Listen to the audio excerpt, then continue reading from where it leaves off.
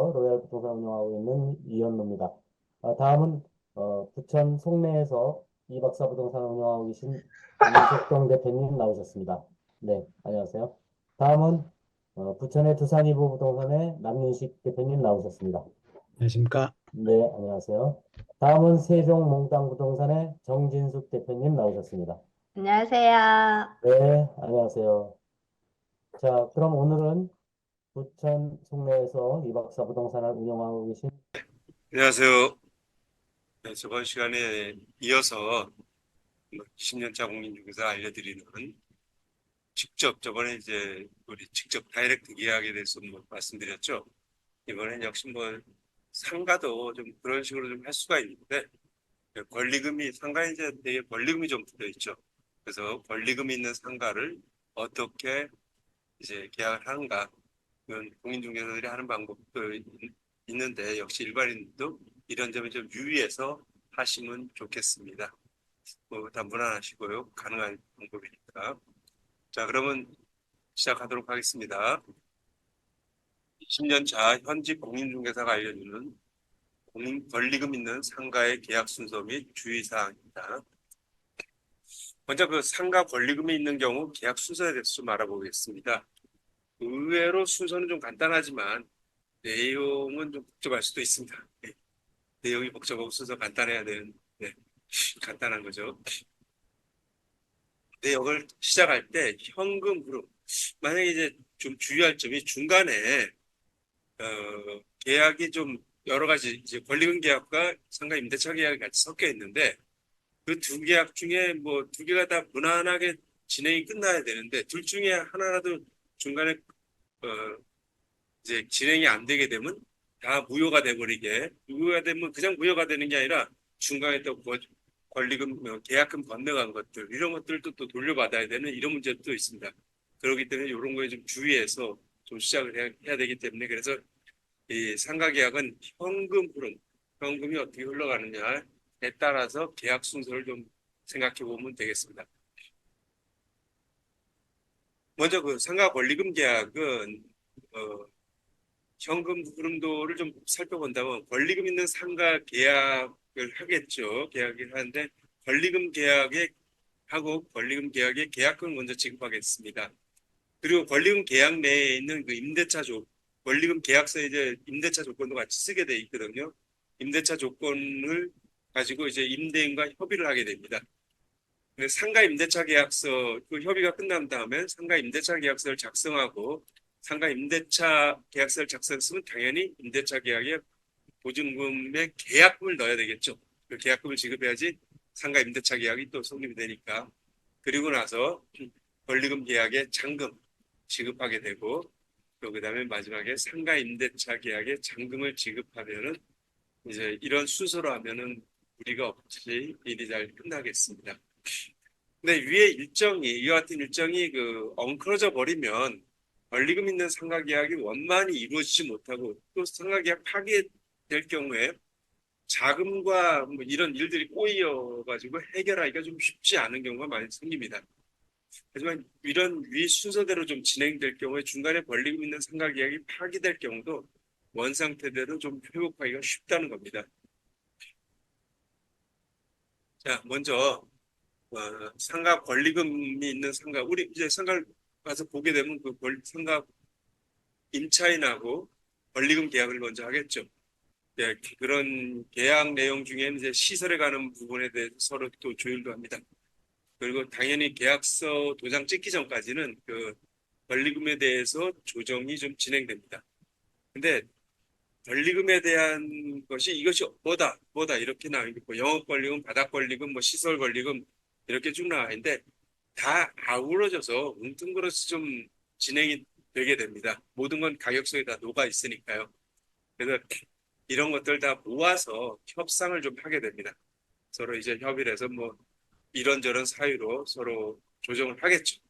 그래서 한마디로 권리금에 대한 것은 적정한 가격이 애초부터 있는 건 아닙니다. 그러니까 서로 협상력 있는 사람이면은 매수인 좀 매도인 쪽이 현재 그 권리를 매도하는 쪽에서 협상력이 있으면 좀 더 높은 가격에 팔려고 하고 또 매수한 쪽에 좀 협상력이 있다면 좀 낮은 가격에 좀 인수도 또 가능하기도 하죠. 하지만 이것도 그 매매와 같이 권리를 다 계약을 끝내게 되면은 권리를 매도하시는 분은 헐값에 파는 것 같이 보이고 또 매수인은 또 조금 더 깎아볼까 이렇게 또 아쉬워하는 부분도 보이는 것이 현실입니다. 그리고 경우에 따라서는 이 권리금 있는 상가 계약이 단돈 이제 뭐 5, 6천 되는데 조정하다 보면 이 100만 원 때문에 서로 양보가 안 돼서 타협이 안 되기도 합니다. 그래서 이 권리금 있는 계약에 좀 조심들만 좀 해가지고 같은 이거 얘기하는데 이제 좀 조심스럽게 상대방의 재산이니까 하시는 분들은 좀 조심스럽게 어, 다루는 것이 좀 좋겠습니다. 그리고 사람들이 깜빡깜빡 하시는데 여기서 이제 주의할 점이 하나 있는데 권리금에 대한 세금 계산서 발행을 협의를 해야 됩니다. 자, 권리금에 대한 세금 계산서 제가 이제 권리금을 얼마 주고 산다 이거죠. 그럼 얼마를 하겠냐 할 때 뭐 1억 정도의 권리금을 준다. 그러면 저는 1억이라는 돈을 줘야 되잖아요. 그럼 나중에 내가 나중에 또 나 팔 때 1억 한 3천을 받게 되면 전 1억을 공제를 받고 3천에 대해서만 이득이 생긴 거거든요. 그 3천에 대해서 세금만 내면 됩니다. 근데 이것도 이제 다운 계약서 비슷하게 1억이란 권리금을 주는데 5천밖에 못 써주겠어요. 나 경비 인정을 그렇게밖에 못 받으니까 이런 경우가 또 발생을 하게 됩니다. 뭐 이건 뭐 세무서에서는 좀 알면 큰일 날 얘기지만 우리끼리 뭐 얘기하지만 이 현실에서는 이게 비일비재하게 좀 일어나는 거니까 이게 뭐 지금 매매가 같이 그런 부분이 아니니까 또 이런 부분에 대해서 그럼 세금 계산서를 몇 프로 정도 발행을 해줄 거냐 서로 협의가 이루어지게 됩니다. 그리고 마지막에는 이제 요 정도까지 다 오게 되면은 그 거의 마무리 단계라고 생각하면 됩니다. 경험상 이 정도까지 와서 계약이 안 된 경우는 없습니다.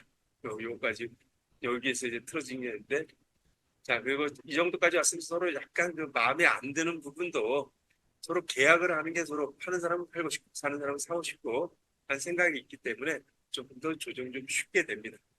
자 그리고 나머지는 이제 여러 가지 특약으로 뭐 세부 사항을 좀 조정하게 되는데요. 어, 이 중에서 가장 중요한 거는 그 양도 양수할 대상 물건의 임대차 개혁입니다. 무슨 얘기냐면 원래 뭐 1억에 뭐 원 계약이 상가 계약이 1억에 300에 돼 있다. 그럼 나도 이제 1억에 300에 들어가고 싶죠. 그런 줄 알고 현 임차인들은 1억에 300에 있으니까 그대로 1억에 300이면 됩니다. 얘기를 하지만 이게 또 많이 틀려져요. 상가 예를 들어서 주인 같은 경우에는 너니까 현재 살고 있는 너니까 내가 월세를 못 올렸어.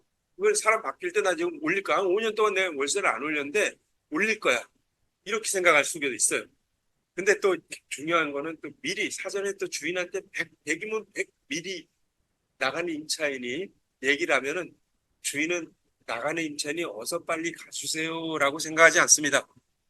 본인하고 관계된 내 월세는 그럼 이제 이번엔 올려볼까? 이렇게 100번 생각합니다. 그래서 애초에 권리금 계약할 때 미리 주인한테 연락은 잘 안 됩니다. 그래서 이런 경우가 계속 발생이 되기 때문에 저희가 하게 되면 반드시 이런 특약 조건을 넣게 됩니다. 특약 조건을 만약에 양도 양수할 그 물건의 임대차 계약 내용이 우리 이제 아까 1억 300대로 이루어지지 않는다면은 권리금 계약은 즉시 무효로 하고 계약금은 즉시 반환한다. 이런 조항을 반드시 좀 넣게 됩니다. 이런 조항을. 또 이제 그래도 워낙 뭐 좋은 경우는 조금 더 플러스 해주고 또 하기도 하죠. 근데 이게 참 그 반비례 관계랄까요? 예를 들어서 계약금이 싸다. 이 말이 좀 엮여서 했는데 계약금이 아니라 월세가 싸다. 그럼 싼 그것 자체가 메리트가 있는 거예요. 이 임차인은 현재 임차인. 그래서 나는 권리금을 좀 많이 받을 거야. 이렇게 나가는 거죠. 근데 월세가 비싸요. 그럼 아무도 안 들어오잖아요. 그럼 어쩔 수 없이 권리금을 낮출 수밖에 없잖아요. 자기가 시설에서 감해가지고. 그래서 이게 서로 뭐 반비례 관계고 제로섬 개인 좀 비슷하게 주인과 현재 임차인하고 그런 관계에 좀 있기도 합니다. 어쨌든 이런 내용을 이제 특약사항에 좀 협의 미리 넣어야지 좀 되겠죠. 그래야지. 그 다음에 또 중요한 건 이제 업 주인 같은 경우 임대인은 이제 보증금하고 월세하고 계약 기간 등에도 협의를 좀 근데 대개 이제 월세보다는 다른 건 좀 쉬운데 보증금이나 계약 기간 뭐 이런 것들도 협의를 가능하게 하죠. 그리고 또 저번 같이 우리 그 오늘 안 들어오신 마 대표님 같은 경우에 진짜 오늘 마 대표님 안 들어오셨네. 같은 경우에 주인이 그 업종에 제한을 두어가지고 좀 문제가 됐던 경우도 있습니다. 저도 최근에 하나 계약을 하는데 그 업종이 좀 문제가 좀 돼가지고 계약을 계속 못 하고 있는 케이스도 있었습니다. 다음엔 그 이제 그 임대차 조건을 방금 넘어갔네요. 자, 임대차권은 이제 임대인과 협의를 하게 되죠. 당초 권리계약서의 임대차 내용과 일치하는지 확인하고 이게 안 되면 이제 불일치할 경우에는 권리계약서에 반환 특약을 넣어야 되겠죠. 방금 얘기한 보증금 월세 계약 기간 등을 협의하고 자 그리고 여기 또 하나 중요한 게 일반 보증금 뭐 3천 뭐 1억 5천까지는 좀 그래도 좀 덜한데 이게 1억 정도 넘어가는 보증금들이 있어요. 뭐 이런 경우에는 이 보증금에 대해서 그럼 어떻게 설정을 해줄 거냐? 이건 뭐 주택처럼 가서 들어가서 앉아 있다고 뭐 해결되는 문제가 아니거든요.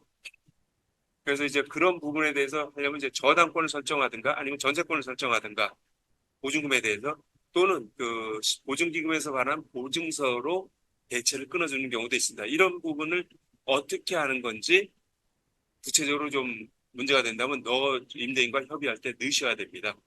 그래서 이렇게 임대인과 협의가 다 끝났다. 그러면 이제 상가 임대차 계약을 하게 되죠. 상가 임대차 계약을 하면 이제 계약금 받은 걸 임대인은 이제 지금 임차인한테 주게 되겠죠. 현 임차인한테 주면서 이제 일부 보증금 일부 반환금 이렇게 하면서 이제 계약서를 또 받게 되고 자 근데 여기서 중요한 게 하나 있습니다.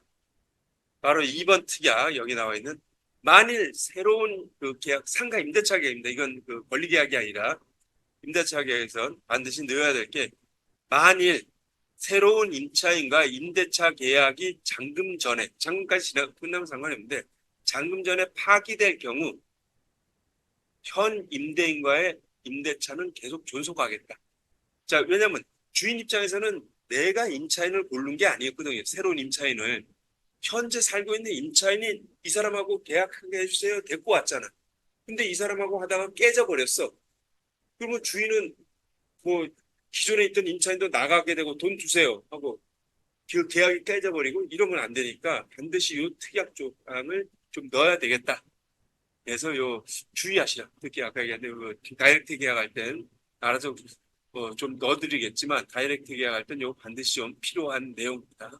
그리고 우리가 반드시 또 이제 일부 보증금 일부 반환금 할 때는 반드시 그 잔금일자 있죠. 잔금일자 아니면 특이하면 또 이제 이사일자를 반드시 명기를 하게 하십시오. 본날짜에 안 될 경우에 못 빼줄 경우에 또 이제 사업자 같은 경우는 통상 사업자 등록증을 내야 되지 않겠습니까? 근데 그날 이게 빠져야지 사업자 등록증을 빼야지 낼 수 있는데 그런 못하는 경우가 좀 있습니다. 그래서 그런 책임 소재를 명확하게 하기 위해서 이사일자를 꼭 명기를 해주시기 바랍니다. 통상 이제 기존 임차인에게 임대차 보증금 일부 반환금 해가지고 주면서 영수증 받으면서 이사일자 같은 걸 이제 넣는 거죠. 그리고 단서 조항도 이렇게 넣게 되고.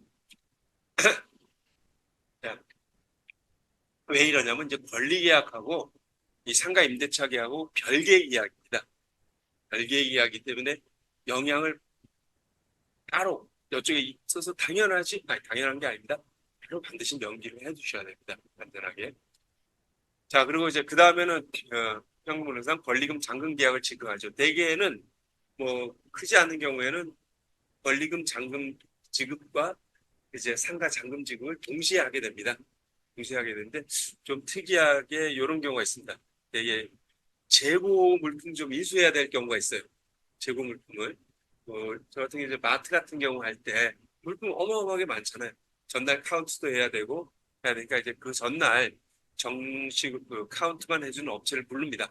불러가지고 이제 재고 등 인수 사항들이 있는 걸 재고 파악을 해서 이제 서로 대충 그 전까지는 뭐 재고를 8천만 원으로 본다 이렇게 했는데 실제 카운트에는 뭐 7천 된다, 뭐 6,500이다 이러면 보증금에서 이제 서로 권리금에서 까게 되죠. 상계를 해야 되니까 그 전날 반드시 이렇게 카운트 재고금을 인수를 하게 됩니다. 그리고 마지막으로 하는 건데 지금 넘어가 버렸네요. 저는 죄송합니다.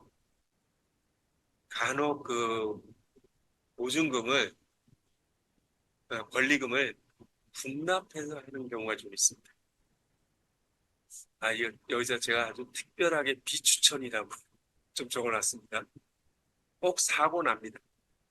자, 나중에 보증금 줄 때는 이 사람은 지금 현재 이제 들어와서 산단 말이에요. 그러다 보니까 이런 것도 좀 그때는 발견 못했는데 이런 게 또 발견했어. 이런 거 발견했어. 이거 다 너한테 권리금 뭐 5천만 원 이제 추가로 나중에 줘야 될 거 거기서 다 까겠어.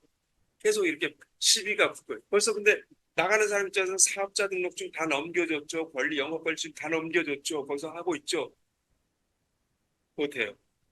거꾸로 돈 안 주고 심한 경우에 사기에 휘말릴 경우도 많습니다. 그래서 절대적으로 공인중개사분들이 혹시나 이 방송을 보신다면 잔금 분납한다 그러면 그냥 좀 강력하게, 왜냐면 당연히 공인중개사분들도 분납하게 되면 수수료도 그때 줄게요 이 소리 나오거든요. 이거 굉장히 어려운 부분이 발생하게 됩니다. 그래서 국내 잔금은 권리금 잔금은 분납은 절대 하시지 말기 바랍니다. 자, 그렇게 하면 권리금 계약에 대한 이제 잔금도 지급하게 되고, 다음 이제 마지막 상가 임대차 잔금 지급하겠죠. 뭐 상가 임대차 잔금 지급할 때는 이제 그 공과금 같은 걸 먼저 좀 처리해가지고 다 정리하고, 또 이제 여기에서 중요한 게 잔금 지급 후 이 주택 같은 경우는 그냥 거의 대부분 들어가 사는데 아니면 그 전에 끝냈는데 상가는 자기 용도에 맞게 또 수리하잖아요. 같은 음식점이라도 또 수리하고. 자, 그럼 그 수리 기간을 누구한테 할 거냐? 빈 상가 같은 경우는 렌트 프리를 좀 받습니다. 그렇지만 권리금이 있는 상가 같은 경우 주인들이 양도를 안 합니다. 대개 이런 경우는 미리 이 렌트 프리에 대한 거는 뭐 예를 들어서 오늘 4월 22일이죠.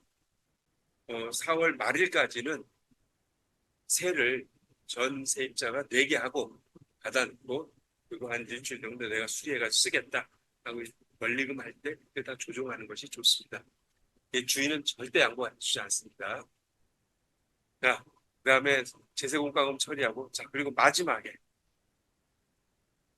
양수양도 신고하고 폐업 신고. 이게 좀 서로 삐딱하고 좀 마음에 안 들면 요거 안 하고 가버려요. 근데 영업 허가증이, 그러니까 사업자 등록증은 뭐 직권 말소도 좀 가능하고 하는데 영업 허가증 같은 경우 예를 들어서 음식점 뭐 이런 거, 뭐 부동산 중개업소도 마찬가지예요. 중개 허가증을 뭐 하고 그 구청에 가서 이제 구청 관청에서 영업 허가증을 받고 사업자 등록증을 내야 되는 업종들, 이런 거는 이게 서로 이제 핀트가 안 맞아 버리면 일부러 이거 가지고 골탕 먹입니다. 돈을 더 달라. 더 줘야지. 내가 너무 싸게 줬다. 이거. 그래서 반드시 요 내용도 같이 확인을 끝내고 나서 지급하시기 바랍니다.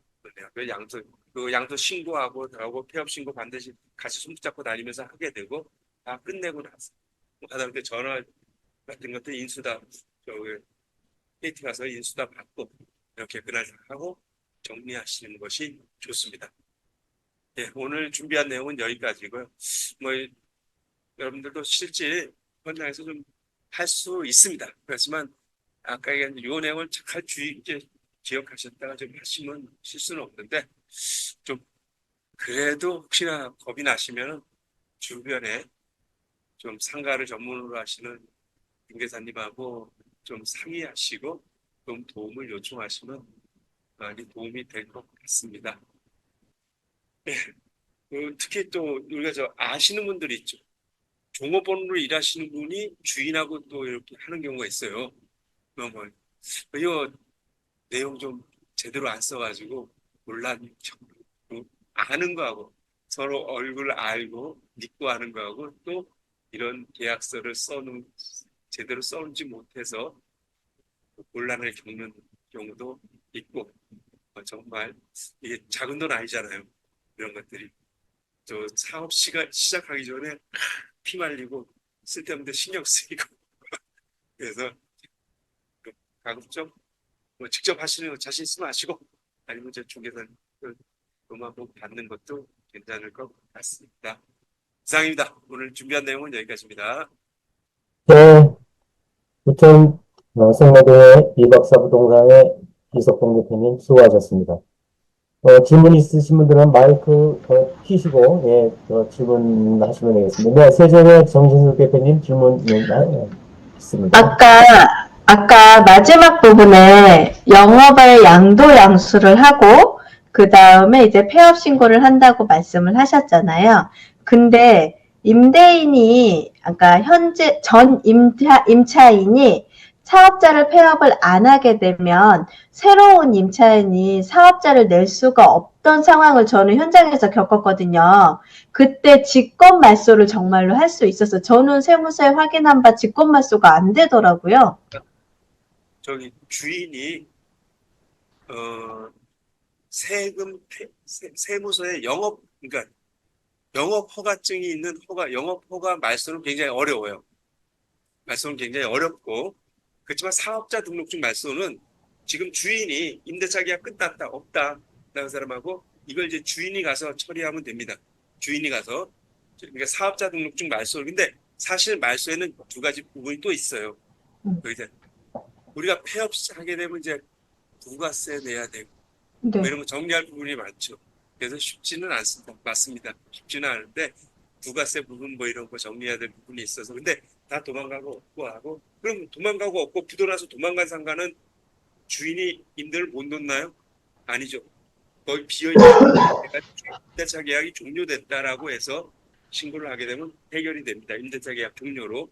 그 다음에 그 사람이 뭐 세금 안 내고 그러면 별개 문제고. 그리고 근데 현업에서 그러니까 영업 허가증 폐업은 굉장히 어려워요. 실제 이런 경우를 당하게 될 겁니다. 주인들은 말씀하십니다. 저 사람 다 해결했어. 내가 다 해결했어. 다 알아. 나 비었어. 여기 공시상가예요. 다 괜찮아. 비었어. 그래요. 그래서 걱정 마. 그래서 근데 그걸 믿고 계약을 했어요. 했는데 어느 정도 인테리어가 먼저 들어가잖아요.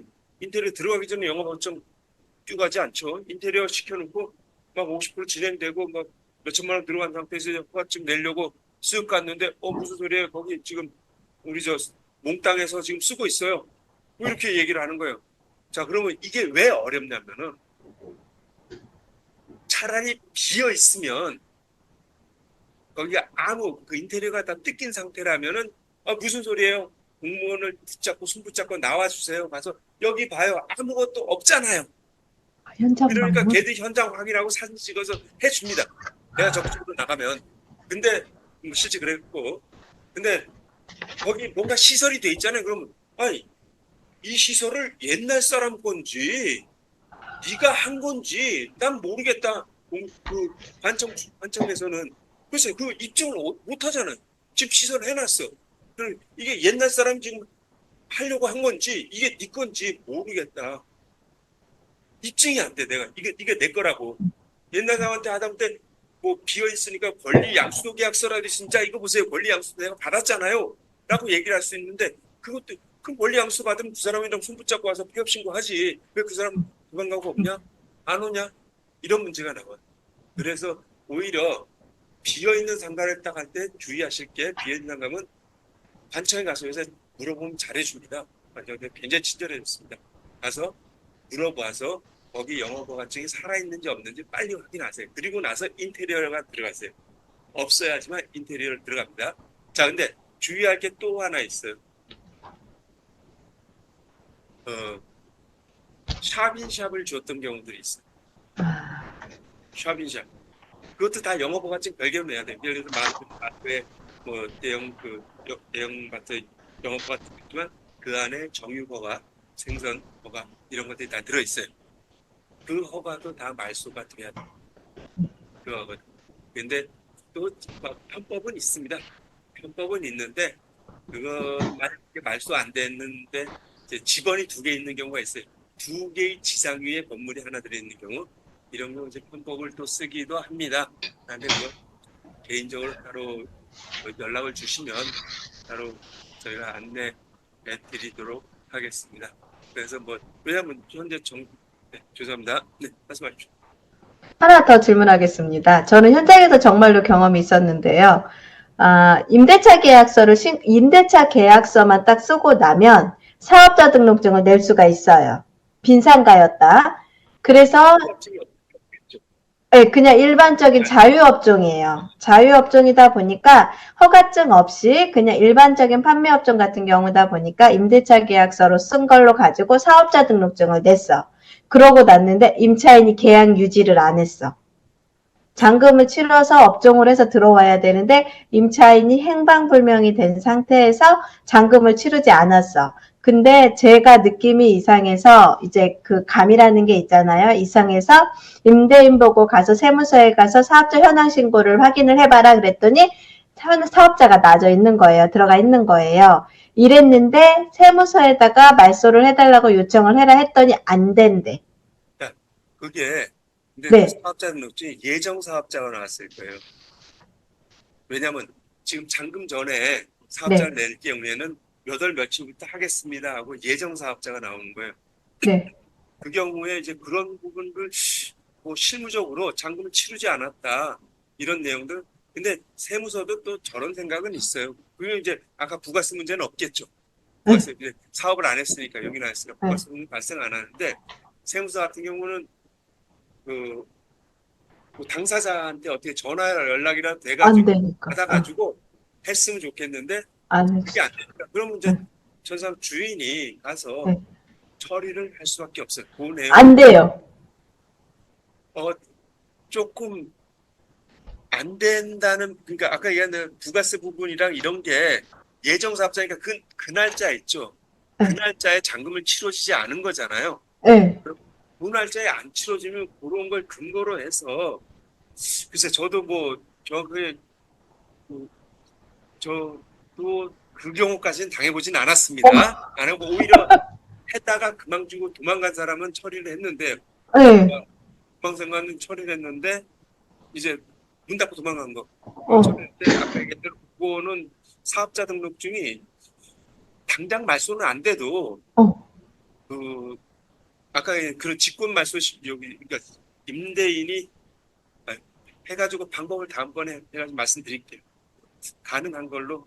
그건 뭐 이 박사님이 그럼 한번 확인하셔서 다음에 잠깐 답변을 듣는 시간을 잠깐 갖도록 하고요. 궁금하네요, 진짜 어떻게 해결 방법이 있는지 그거는 좀 알려주시기 바라겠습니다. 네. 또 우리 남윤식 대표님 뭐 혹시 여쭤보실 거 있으시면. 네. 예, 아까 그 특약에서 이제 보증금이나 월세가 올라가면 즉시 이제 무효로 한다. 이제 그리고 계약금은 반환한다.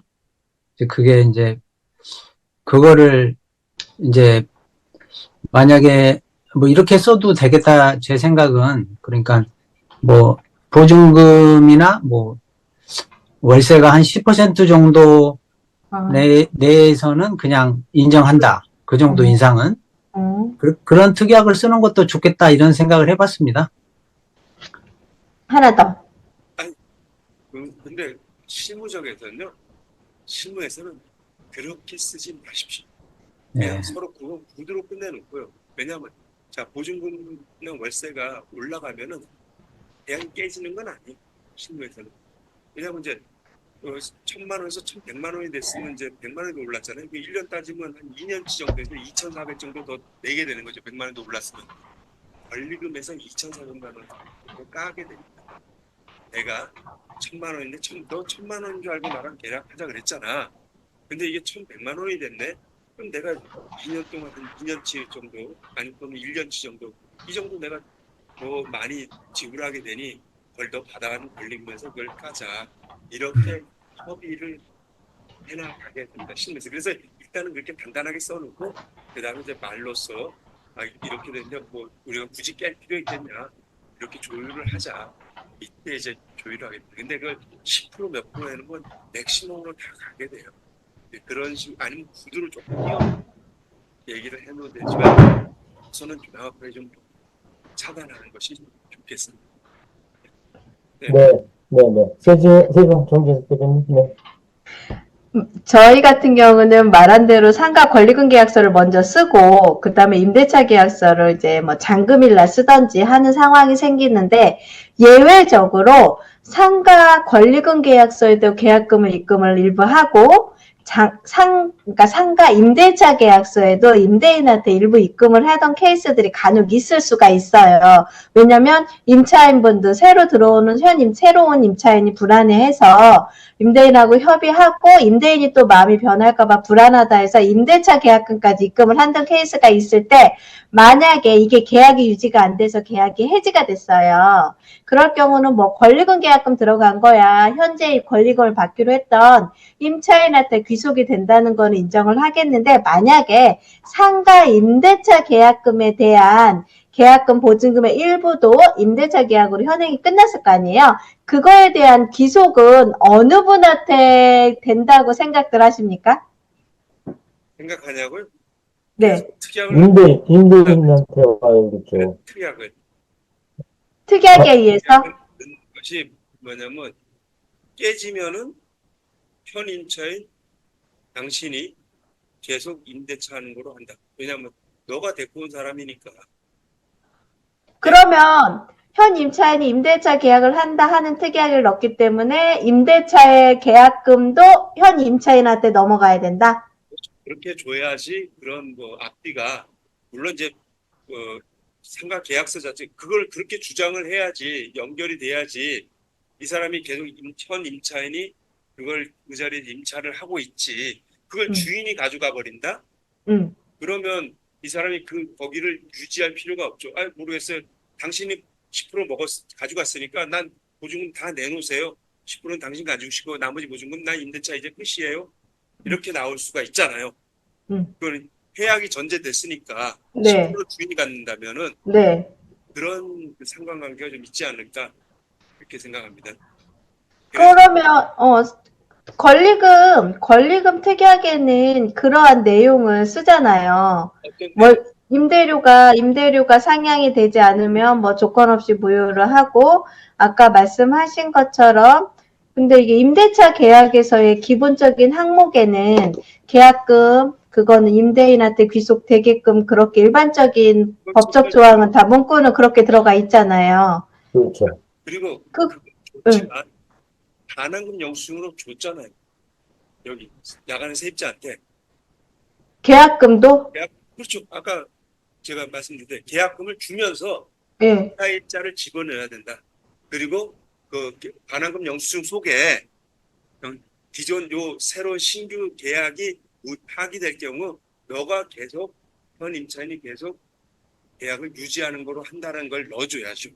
임대차 특약에 임대차 특약에도 넣어주고 임대차 반환금 영수증 있죠. 거기다 넣어주고 임대차 특약에도 넣어주고 그런 거. 반환금 영수증은 계약이 유지가 안 됐기 때문에 발생이 될 수가 없지. 현재 상황에서는. 일부 반환금. 안 들려. 임대차 보증금의 일부 반환금. 아, 일부 계약금 반환금이요? 받은 걸 일부 반환금 형태로 줘야 되잖아요. 그래야지 그 사람도 또 나가서 어디 가서 얻지. 그 상가 임대차 계약금 가지고 권리금이지만 그렇게 되면 그런 그 메커니즘으로 생각을 하시면 되겠습니다. 알겠습니다. 감사합니다. 굉장히 위험해요. 잔금일에 권리금 계약만 했다가 잔금일에 가서 주인하고 이제 임대차 계약을 다 한꺼번에 체결한다. 이거 그날 가서 뭐 주인이 물론 이제 대개는 약간 좀 주인이 다른 생각 깊은 생각 못하게 그렇게 하려고 이제 하는데 주인 그렇게 호락호락하지 않습니다. 주인 그쵸. 거기서 뭔 얘기야? 당신이니까 내가 좀 300만 원에 있었지. 그거 지금 5년째 300만 원인데 이번에 한 350으로 올리려고 그랬는데 사람 바뀌면 내가 올리려고 그랬는데 이게 반드시 나와요. 그게 자기는 세입자는 거꾸로 뭐라고 얘기냐면 우리 주인은 너무 착해가지고 5년 동안 300만 원 세를 한 번도 안 올렸어. 그게 이제 그렇게 나가면서 이제 또 많은 오해를 또 서로 하고 만들게 되는 부분이 있다. 그래서 반드시 그 순서대로 권리금 계약하면 그 다음에 임대차 계약을 하고 그다음 권리금 잔금 지급하고 임대차 잔금 지급 다 이런 순서대로 좀 하는 것이 제일 무난하다. 뭐 어떻게 하면 살짝 속이고 넘기겠지. 요즘 세상 안 그렇습니다. 절대 안 돼. 잠깐 속이고 넘긴 다음에 주인이 그걸 잠깐 속았다라는 마음이 드는 순간에 임대인이 다음번에 임대인으로서는 임차인한테 참 그 갑질할 것이 많아요. 그걸 표현을 안 하고 이제 계속 그 불편한 감정이 계속 나오게 됩니다. 그래서 차라리 오픈을 다 하고 서로 계약 관계로서 주고받는 걸 떳떳하게 하는 것이 더 좋겠다라고 개인적으로 좀 생각하고 있습니다. 네, 제가 하나 여쭙겠습니다. 상가 임대차 계약과 권리금이 발생되는 그런 계약일 경우, 권리금 계약은 반드시 작성을 하십니까? 네, 권리금 계약서를 반드시 작성을 하시나요? 예. 반드시 하라고 하셔야 된다고 저는 말씀드립니다. 권리금 계약서 반드시 쓰세요. 그거 없으면 아까 얘기한 대로 세금 계산서 발행 받을 수도 없죠. 나중에 그 본인이 내가 권리금 뭐 얼마 줬어. 그리고 또 이게 우리 그 10년 그 상가 저거 되기 전에 이제 주인이 쫓아낼 때 뭐 이런 경우 있잖아요. 뭐 상가 권리금 회수 방해를 할 경우에 아주 굉장히 근거가 됩니다. 권리금 계약서 자체가 이렇게 계약서 자체를 근거가 되고 뭐 가능하다면 요즘 돈 1,000원만 주면 확정일자 받아낼 수 있겠죠. 확정일자 권리금 계약서도 확정일자만 받아놓으면은 그 날짜에 그런 문서가 있었다는 거잖아요. 나중에 가서 그거 하면 서로 짜고서 시간이 한참 지나서 엊그저께 쓴 거 가지고 이거 10년 전에 썼던 거예요. 이렇게 주장할 수도 있으니까 차라리 권리금 주고받았을 때 그때 그걸 가서 1,000원만 보내가면은 확정일자 받아주니까 우리 저거 계약서 확정일자 받듯이 그렇게 받아주니까 받아놓으면 훨씬 더 유리한. 권리금 계약서의 확정일자를 받으라고요? 어디서 받는? 나중에 딴소리가 없겠죠. 어디 가서 귀찮게 하니까 1,000원이에요. 봐봐. 어디 가서 받는다고? 법원 등기과에 법원. 가면 법원 등기과? 네, 등기소에 가서 확정일자 받으러 왔습니다. 그러면 뭐 임대차 계약서가 아니라 그런 계약서도 다 확정일자 해주고 임대차 계약서뿐 아니라 권리금 계약서에도 법원에서 가능하다. 그냥 그런 날짜 이전에 그런 문서가 존재했다는 거예요. 다만 임대차 계약서 부분은 하도 많이 발생되니까 따로 법에서 띄어가지고 저쪽 동사무소 공무원한테 위임을 한 거예요. 원래는 법은 없는데 네. 확정일자 보는데 임대차 계약서의 확정일자 부분은 계약하면서 전입신고하면서 하는 거. 그래서 전입신고 안 하고 살다가 새로 받은 거 확정일자 받으려면 안 해줘요. 그거는 그러니까 해주는 거 있는데 정확하게 아는 거예요. 그거는 우리가 위임받은 게 아닙니다. 우리는 전입신고와 동시에 한 확정일자만 위임받았습니다. 이렇게 얘기를 하는 경우도 있습니다. 네, 잘 알겠습니다. 또 뭐 추가 질문 없으시면 오늘 공식적인 녹화는 이것으로 마치도록 하겠습니다. 추가 질문 없으신가요? 네. 그러면 자, 우리 인사하면서 오늘 방송은 마치도록 하겠습니다. 자, 수고하셨습니다. 다음에 고맙습니다. 수고하셨습니다. 네.